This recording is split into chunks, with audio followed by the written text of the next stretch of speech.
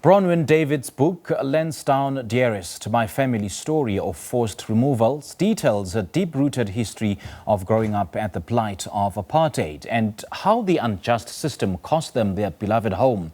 Written with light humour to highlight the human element to it, the book is Bronwyn's effort to pay homage to a place that harbours rich ancestral history and unforgettable tales from her past.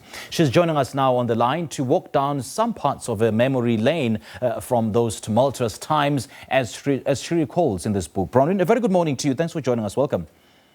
Good morning. What really propelled you to put your memories and write this book? Oh, I actually had no intention of writing this book. I was messing around with another book. I was hoping to write a book on eco matters for young adults. But then I began to remember my own history and my great-grandfather's garden. And that's I started writing little stories. And I saved these on Facebook. And a friend of mine actually told in the head of non-fiction about them, and then actually invited me to write the book. Briefly talk to us, if you can, about your family tree, because it plays a major role in how you tell the story of your ancestral history and just how it correlates with Lansdowne. Okay. I have various wide range of different streams. I would put it that way. I have a Portuguese great-grandfather and then a mixed Scottish slave and great-grandfather, Afrikaans mixture from Sunset West, and then a Madagascan mixture, and then my grandparents from my dad, great-grandparents from my dad's side, I'm not too sure of, but they're also Eastern slave mix. Okay, and take us through this family land in Lansdowne that your great-grandfather built Heatherly House on. Yes. Okay, he bought the property in around about 1920.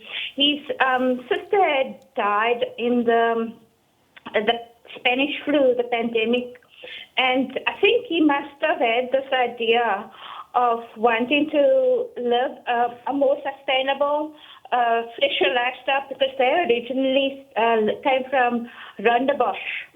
And so he had this idea to buy the land, build the property, build a house, and then start an orchard. Yeah, and growing up in the time of, extensive politically volatile times, what are some of your experiences in an era that the government classified as coloured back then? Okay, I basically saw the destruction of my entire city. Because we always traveled around a lot, going here and there and everywhere. But Cape Town's very much an outdoor kind of city to live in. It was pointless back then to just stay in your own area if you could manage to get out to the beach or the mountains or whatever. So that was a good thing, living an outdoor life.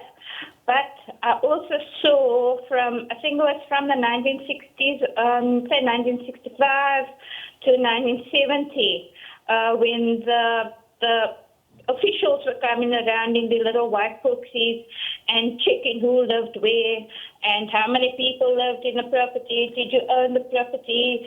And it was basically the renters who were forced to move at first, unless the owners of those properties, said no, they'll keep their people. So, but I saw houses, people being moved out. Some families ended up living on the field and in tents provided by the army, I think. And then eventually the city council trucks would move them out to the townships, the newly built flats in the Grassy Park area or Hanover Park. All those places I saw being built. And then the bulldozers would move in and they'd demolish these houses. right there in front of Okay. us. So it was quite stressful to live with that. Okay. And as much as this is a painful book, you also share a lot of fun stories and a bit of Yes. a bit of humor, that took place when you were growing up. Yes. I can't think of which to pinpoint now, but I do remember I do record quite a bit of fun. My mum was a bit funny in a way, in the reactions to certain things, and she would tell stories of the people she spoke to along the way. It was a lot of fun. I think people were masking a lot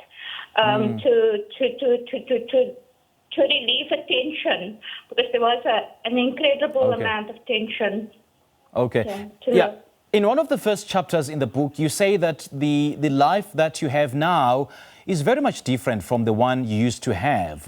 What Yes. do you remember and miss the most about that life?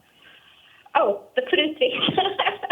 And my family and the fruit trees. I really miss the fruit trees, because fruit is like really expensive, and I'm vegan, so you can imagine. Yeah. And then also just it was cheaper to live back then, I think, because I remember going to all these places. I live in Cape Town, but I seldom go to all those places that I used to visit as a child. Yeah, and just before I let you go, when writing this book, where did you have to Yes. dig to find some of the information and the facts about Lansdowne and your family history that you share in this book?